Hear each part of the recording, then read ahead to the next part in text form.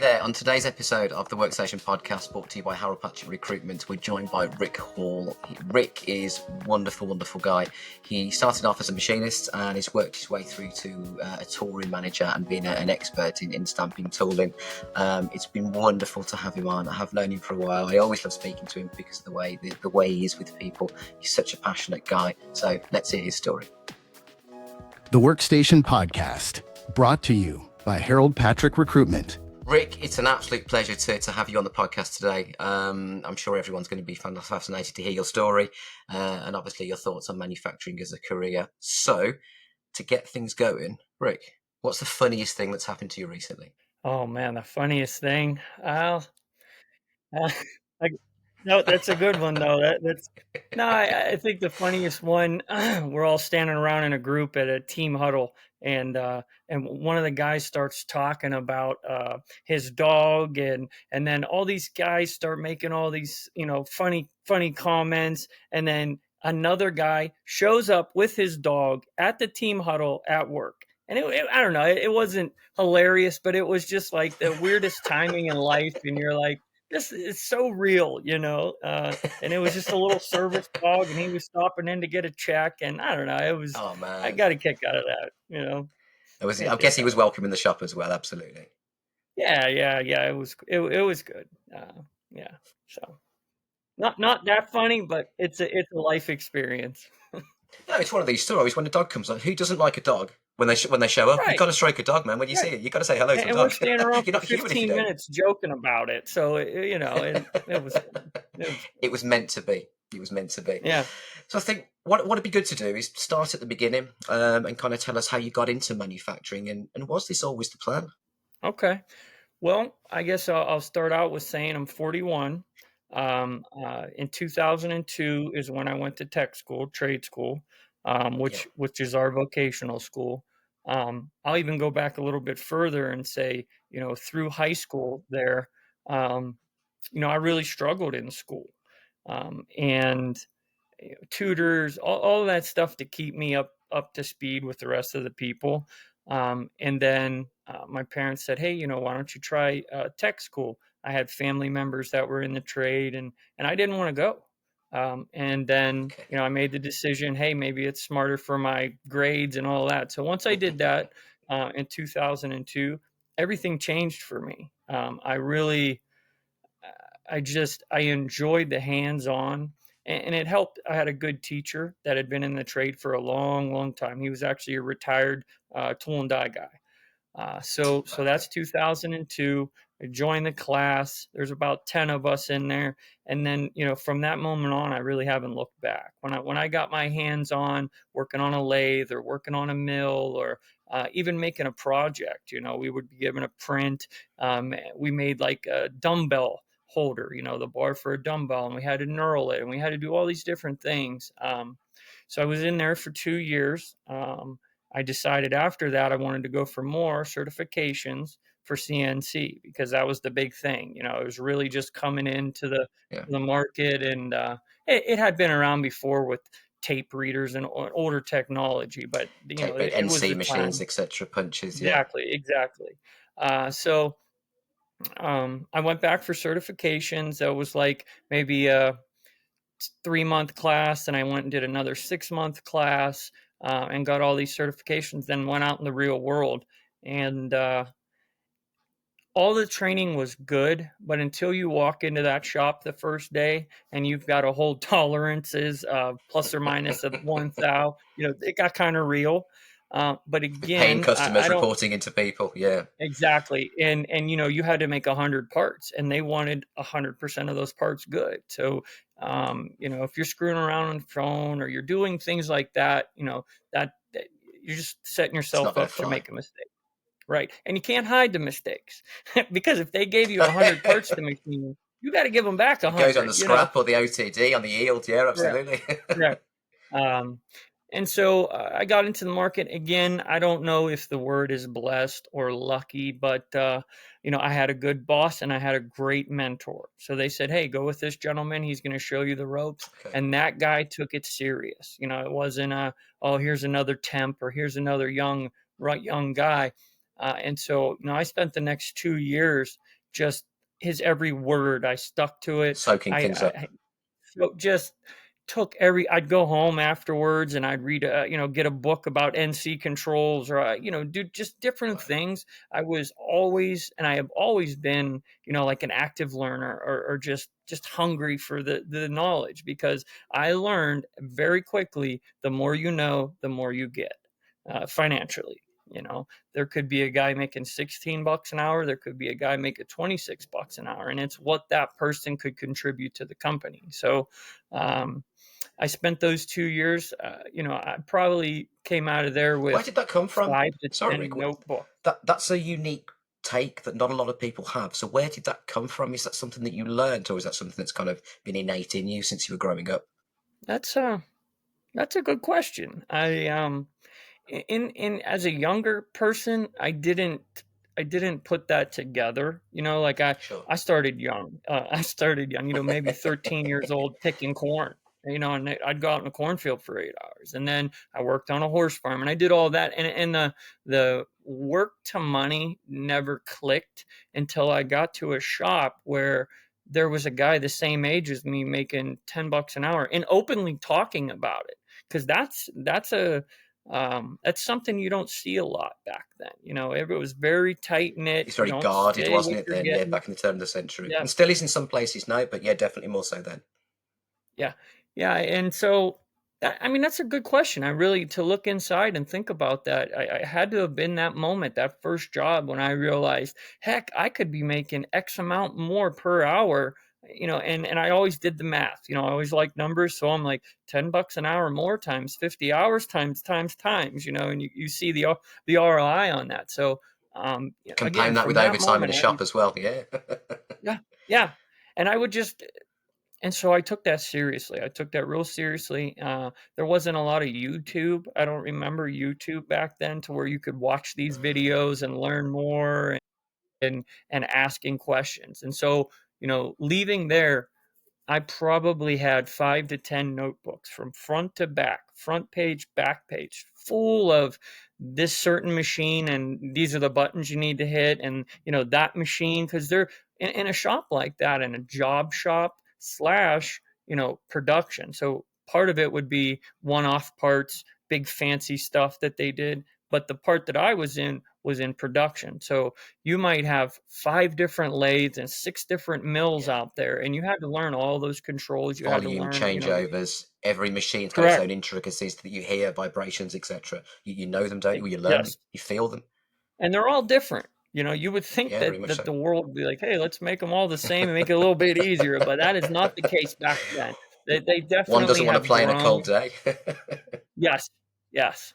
And so, I took that knowledge, and I didn't, as with anything, I think, in this career, say you're an apprentice, you tend to not, if you go somewhere and you're an apprentice, and then you graduate your apprenticeship, you're a journeyman. I don't know if there's statistics behind it, but you don't tend to get the money you would as if you came in as a journeyman. So with my first job, I went in, paid low, and my raises might have looked like 50 cents, a dollar, things like that, to where it wasn't just a lot. And so I moved to another job. And as we go along, you'll see that in my career. Now I look back at it as, I'm glad I did it, because I learned more things. But every 2 years, I'm going to something different. I'm trying something different. I might have been a lathe guy at this shop. I went in and said, hey, I'm willing to do whatever you want me to do, but I want to grow. I want to do well. So they put me in the wire room, and running these wire machines, for extrusion stuff. Or go to the next place and say, again, I am willing to do anything. This is the experience I have. So they put me on a big mill. So I went from making parts that might have been 3 inches in diameter. I jumped up to parts that were 60 inches in diameter. So we're talking huge, huge, huge things the size of a bed. And that was a very interesting transition. Do you have a natural curiosity Yes, to learn, yes, to understand? And that's one of the driving factors that is, if you want, has blossomed in manufacturing. It's given me the opportunity to delve deeper into that ongoing curiosity. completely. I have it to this day. If I'm in a meeting with someone, my boss, and he's like, oh, I read this book about X. I take a minute and I write that book down, and I'll probably go buy that book and read it because uh, it's again, I've learned over the years, your knowledge equals your value, and your Yeah, and very and true. your work ethic too. But knowledge is key. If you And understand worth as well, continuous I think. improvement and all that. Yes, yes. Kind of So internally, it's obviously different people put their own self worth in different aspects, and some people are valued by satisfaction, financial, family. But I think knowledge and learning more about the world around you, or even about your own skill set, I think can be part of the puzzle in terms of your own self worth and mental health as well, because it adds to that internal satisfaction. Would you agree? yes, yes, we call it an active learner. That's what it is. You're an active learner. So obviously on your journey, you've soaked up what you can do, and you've learned obviously different aspects in the shop, milling, turning, obviously EDM machining, CNC. So was there a sudden? Obviously, you're a leader of people now, but that obviously takes time to develop through. So what was the turning point? Was it an opportunity, or is it something that you made your own to go from, if you want, a worker and machinist into more of a leader and well, yeah, a leader of people? What was the turning point? Well, that took a little while. So, you know, 2002, so it's, 2025 right now. So that's 22 years or so 23, roughly. 23 years, Uh, yeah. 23, yeah, 23 years. So in the beginning, I would say the first 10 years, um, the way you become a leader is you show leader qualities. And in those shops, um, I would take an extra 5 minutes to go help a guy that's struggling, or I would see something say unsafe, and I would respond to that. So I think that that's definitely how I got the opportunity. At one point, I had a group of tool makers, and a bunch of guys retired, and they were looking for someone to step up in the role because we had to hire new people, and that was the moment it happened. Small shop, small environment, where they needed the help, and I showed the quality. So that's how it happened. But then from that moment, again, I said, wow, look at the return on this. I'm a manager, and I'm a low level manager. But if I study leadership, I study continuous improvement, and I study all of that, I can become a senior lead. And that's just always been myself, is if I get into something or leadership or anything and I see what can be, I try to really push myself to that. And it's become Very so much so. much easier now with YouTube. It really has. I mean, I can take The any. skills that you can learn and pick up, yeah, I agree wholeheartedly. It is. Back in about 2015, I had a similar journey, very similar. I was unlocked NLP, neuro linguistic programming, from like a communication perspective, learning and accountability. Exactly the same thing happened to me, and it was about 2015. Once I got off my honeymoon, I got married. So yeah, I understand that from like an empathetic, because I did a similar journey for myself, and I've got books behind me, courses that I did in my own time because it benefited me professionally, but also personally as well. And when you have moments of downtime, like I had mental health troubles last year, but it helped me to kind of recenter myself. So I think it's very powerful, that innate learning ability, and obviously it's benefited you incredibly well. But one thing that you mentioned, and I think that's something that obviously manufacturing brings out in people. You have people at different levels, different skill sets, different motivating factors. Some people are just obviously they're going for the paycheck, which is absolutely fine, but you have more in you than that. But I think by the sound of things, you've got a natural conscience. So when you see something that needs changing, or someone that needs a bit of help, maybe on a machine or a setup, or just a bit of tolerance and help, etc., I think it's innate from you to go and help them, because you know it'll benefit them, benefit you, and benefit the company as a whole. And the rising tide raises all ships, doesn't it? Yeah. No, that's very true. There's two sides to that too. There's the person, right? Yeah, Your engagement with them or your relationship with them. But I've always believed the company is the other half. What you do for that company, for the most part, it pays off. There's some companies out there that just want to work you and drive you into the ground. Uh, but for the most part, if you walk in and say, there's 24 hours in the day here, and I'm going to work for 8 hours. If you take that 8 hours and you commit to that company, they call it a company man, right? Or you're a company man. But if you commit to that company, that's how I got to where I'm at today as a leader. I just had 44 guys that I was in charge of, two departments. But I treat that company like my own company. What would I do if this was mine? Or could I save some money here? Or can I adjust these cycle times so I can get more parts per hour? And I don't know if that's like kind of a cliche thing or something, but I believe that. And again, it's working. There's other ways to just come in for the paycheck, but for the most part, I don't think that gets you to the next level. That gets you your paycheck, but It but gets you financially, but it doesn't always give you full satisfaction. Some people want to learn and develop, which I think you do. See, manufacturing has come a long way in your 23 years, etc. Obviously, we touched on kind of CNC and kind of if you want more obviously precision based, repeatable programming, etc. But what does it look like today in 2025 compared to when you started and first stepped into a shop and put your overalls on in 2022? Sorry, 2002. I would say the culture, Okay. more over the last few years, the culture in the shops are more aware. I joke like during my apprenticeship, I might have been cleaning out some drains or wiping off some toolboxes or doing the tough stuff. Um, we tend to now to be more aware of what's going on, how to treat people better. And that's not down the line. That's not like, oh, the last three companies have been so amazing and the culture's great. But It, it's a conversation. Yeah, yeah.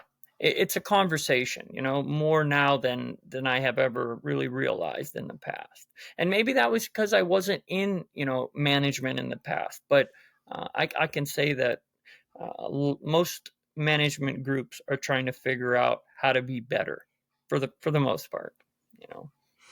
and do you think that that's a blend of for the company for themselves and also the fact that generationally obviously we're changing, there's people in manufacturing and skill sets and owners of businesses which are naturally getting older, which therefore creates a larger gap both culturally and age wise to people that are coming into manufacturing now, doesn't it? So we have to bridge the gap somewhere, and that's either I think via the management level, people that are closer to the age group that we're talking about coming into manufacturing, or it's via learning yourself and finding commonalities or ways of communicating with the new generation.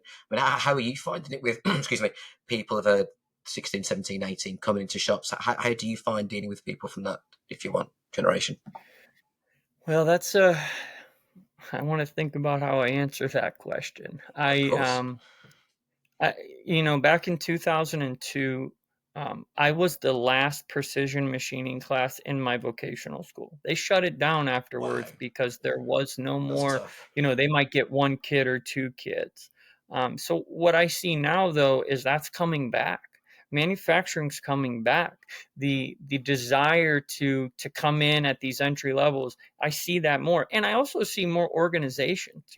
In my local area here, there's an entire nonprofit organization that is for manufacturing. It's the Mahoning Valley MVMC, and Okay. they have classes on how to read calipers and things like that. But I would say that the younger generation right now, they're missing something. They're missing a little bit of that curiosity and that drive. Not all of Do them, you think right? that's partially because we live in an instant world, like you said about YouTube, that you and I could Yes. go and learn a skill within 30 minutes or so? It's instant. There's no 3, 4 years worth of grafting on a bench plus the theory behind it, etc. To be certified, we can almost have that instant gratification. I think that's got anything to do with it. Yeah. Yes, that and social media itself, even, if um, going in and working a 60-hour work week is not appealing to a lot of people. It's really not. I mean, there's a period in my career where I worked 7 days a week. I worked 12 hours a day for 6 days and an 8 hour on Sunday. And I did that for a year and a half plus. That's not appealing. The paycheck is appealing, but on the other hand, if you're young, that's the time to do it. If you've come into a company, just grind it out, right? And not, Yeah. you don't do that for a long time in this market You right now. absorb. If You absorb. Yes, that's a good word. You absorb the knowledge, ask your questions, because these companies, if they see potential, a remote signal of potential, they will invest into you. They will. They Because they will. need to. Yes, they need to. The gap is so bad, right now. You've I got your agree. 60 plus, maintenance guys, mechanics, machinists, tool and die. You have that, and then you have the 20-year-old group. For me, I'm a rarity. In the 40s, there's not a lot of my generation that's out there doing that. They found other ways, whatever it's Etsy or whatever it The is. cruise They it. found other ways. Yeah, Yeah, I get yeah. it. So, I really think that the younger generation just needs to try it. That's the beauty of manufacturing. You could have been a busboy last week, but you can go to a shop and run a CNC machine, not set it up, not program it. You can walk in that door and say, I'm willing to learn. And they'll put you on a machine pushing a button and pulling a part out. That's step one, you know? And again, if you focus and you say, you know what, I want to give this a real try, you could go from a button pusher to a CNC setup guy in less than a year. I mean, the barrier of entry is one of the best fields, because there's simple tasks, and then once you show the competency, once you show the um, Just willingness, you just keep building up. And you can do that in most shops. You don't have to go in pushing a broom, but you go in with the willingness. That has to be your, or the humility, or being humble about it and saying, "Hey, I don't know, but I want to know." do you think are some of the misconceptions or common misconceptions that people have about potentially starting a career in manufacturing these days? Well, I know one that existed for a while, that is, if you were a machinist, or you were that guy, a mechanic, that you were there because you had a felony, or you were a bum, or that really was Dead end job for a type thing. In while. yeah, sad. Yeah, That is and very sad. so that's not the case at all. And even if it is Hell the no. case, that has nothing to do with uh, doing a job and being proud of that job. Some of the best people that I've worked with maybe have had a past, or had something, but they're hard workers. So I think that was a rough one, for a long time, was, if, oh, somebody's a machinist, they couldn't get something better. That's not the case at all. As a matter of fact, what you're doing as anything in manufacturing, but when you get down to the tenths, right, your hair Yeah. is 3 thousandths thick. So when you're measuring that, you're not a dummy. You know what I mean? No, I do. That's a very, very hard thing to do. So yeah, yeah, And to understand the impact, the tolerances, and also I think that to understand what that that part can become as well, because it's not a case of you just making a part, a sprocket, a washer, whatever it is, or a part from a tool, because that part, that bolster, etc., is a tool that is going to make parts that are going to go onto a fantastic piece of. You're part of a puzzle in the wider world, and I think, and once you start understanding that, you can potentially understand that you can have an impact. Manufacturing is not just a job for the sake of it. You are genuinely having an impact on yourself, the lives, and the world around you, because of the tiny part that you could be making could be an intricate piece of a much larger puzzle, or a safety critical component in an airplane. yeah. Yeah, I actually remember a few years in when that triggered for me. When I realized I was making a part that went to an airplane, that if it wasn't perfect, there would be real repercussions of that. And then from that moment on, I was so curious about what I was making. I would always ask, "Well, where's it going?" Or what part is this? Because that's the cool part. And even the AI, right? So, oh, there's going to be all these robots in the future and robotic arms to do the jobs. Well, guess what? They break down all the time. You will They do. always They need people to need that. program them and fix them. Always. Always. That's the thing. If you have 5 robots, you probably have 2 mechanics that need to keep those robotic arms going. And the controls are an automation guy to control the cell ultimately. So it's still an amazing skill to have. Yeah, I agree. Even in the tool and die trade, you always need the die maker. Whether you're making plastic parts for connections or whatever, that mold that makes that has to be kept up. It has to be maintenance. That's why Yeah, I it does. just it's not going to go away. It's a trade that I think is almost an infinite trade. There's always something that needs repaired that's making something. So I think it's fair to say that obviously manufacturing has given you, combined with your own innate traits, it's given you a path in life which has changed your life positively, I would say. Oh, 100%. It's um, very grateful for the my parents in the beginning, my uncle because he had a machine shop, and for Ah, them to okay. push me into that, I am where I am now because of that. And again, I just uh, you start out small, and over the years, especially when you get into management, that's when the salary really changes. Um, Yeah. I've been blessed. I really have been blessed. What do you love about manufacturing? Well, there's a few things. I'm a people person, so I I really think you are. enjoy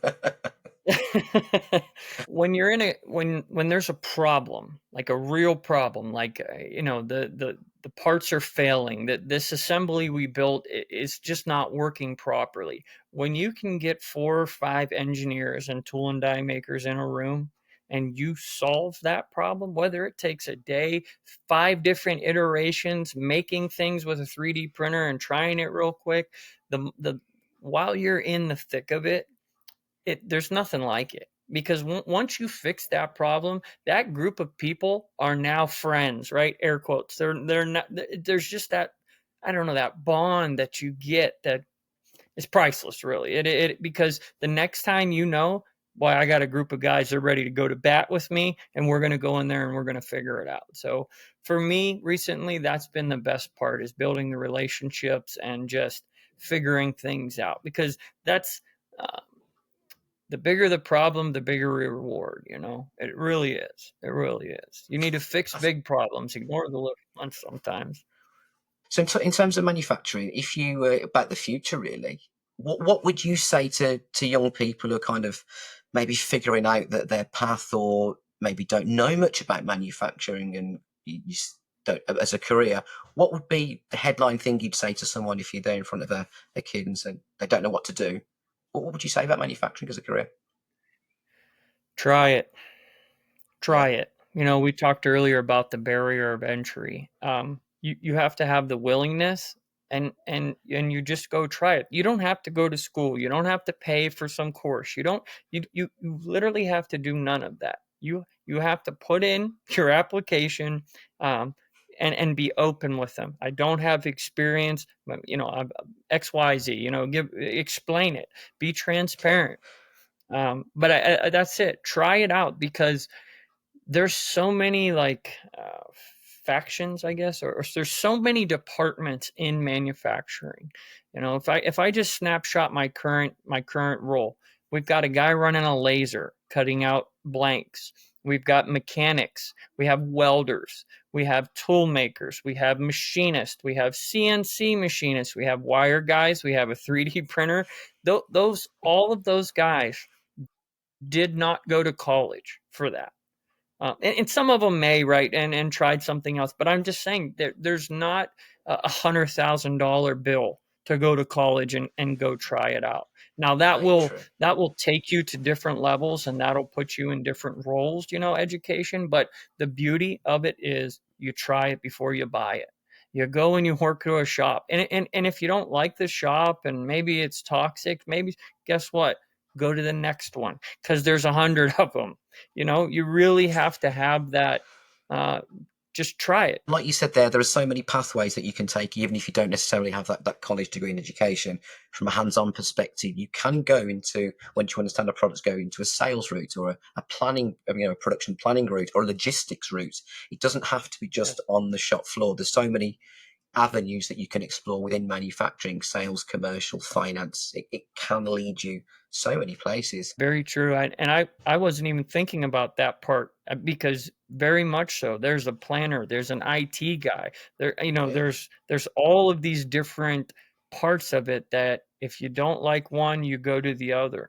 And I think it's just worth a try. It's worth a try to people that are out there curious about it, because even if you go in again at the lower level, the entry level, you're going to get to see the guy over there making $41 an hour programming a machine and making parts. And you're going to get to talk to him, and you're going to get to say, "Hey, boy, does that suck or is that good?" Or I think you put that beautifully.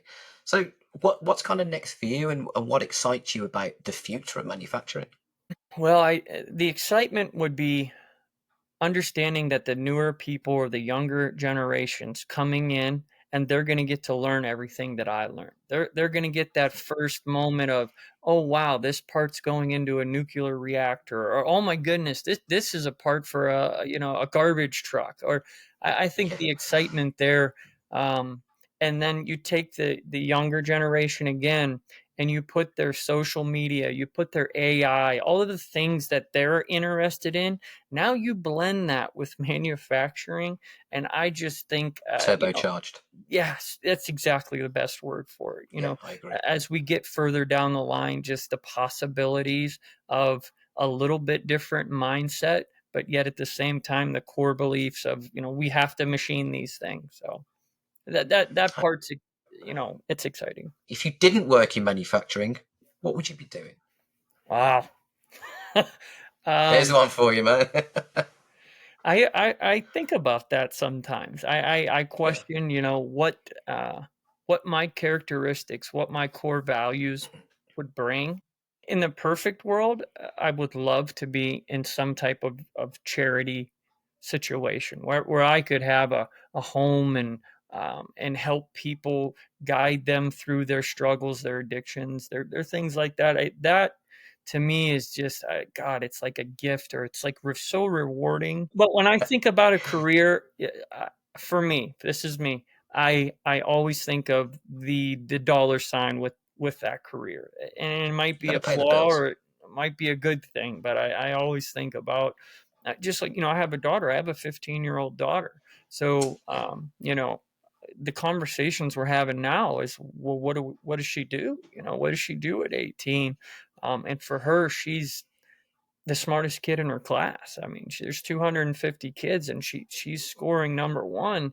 And I'm not sure the guidance to give her yet, because I think the potential is whatever she wants to do. So we're working on that right now. We're working. I think, letting her come to the shop, letting her go meet these different departments. That's the plan right now, to give her some intern exposure on, does she want to do engineering? What does she want to do?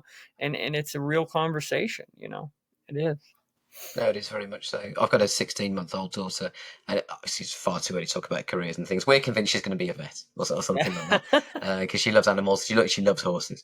But I was just thinking in terms of a daft thing about, because she's 16 months. What car is she going to drive?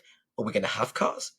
Am I going to teach her how to drive a car? And Yeah. it's just one of those strange things because of how young she actually is. Yeah. I was thinking, my God, just what kind of car? Never mind what job. But yeah, we think she's going to be a vet. But I'd like to. I would say if I was a recruiter, I think I'd work in manufacturing because it fascinates me far too much, and I love making things. Yeah. Here we go. As a final thought, if a 17-year-old Rick is listening to this on his Walkman with his headphones on, walking through the park, he's wondering, is manufacturing for me? What would you say to him?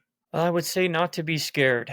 Um, you've got so many different things you can try, and if you have the willingness to say yes, you you can do whatever you want to do.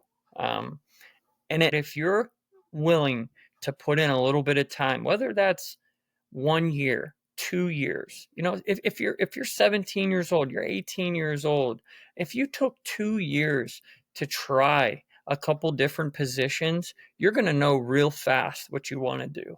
Right? I started out at 18 years old at $20 an hour. I'm making $40 an hour within 2 years.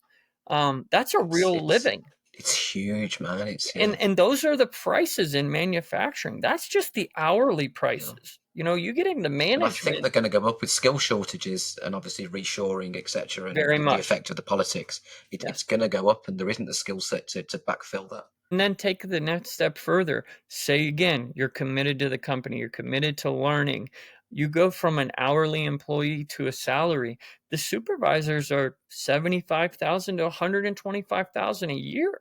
Instead of going to college and paying hundreds of thousands of dollars and then paying that off for 20 years, just give it a shot. Go out there. With no guarantee of a career as well. You Correct. did that, Um, and that's the key thing. There's no guarantee. Very much so. The placement rate is completely different than when you talk about vocational. You go to a Yeah, it is. vocational, and for this, you don't need to go to vocational. Now, I would say do that. I believe you should go there, get your foundation, get a certificate. It makes the time go. It makes the progression happen a little faster if you've Learning while done. learning. Yeah. Yes. So I would say give it a try. I know I said it earlier, but just give it a try. Get out there and see what you like to do. Yeah. Well, Rick, it's been an absolute pleasure speaking to you. It generally has. And I always love talking to you. I think you've had a wonderful insight into the world. You've got a lovely manner about you. But literally, thank you very much, and thank you. I hope that someone takes some inspiration from something that you've had to say. But Rick, thank you very much. It's been a pleasure. Speak to you soon, man. Bye bye.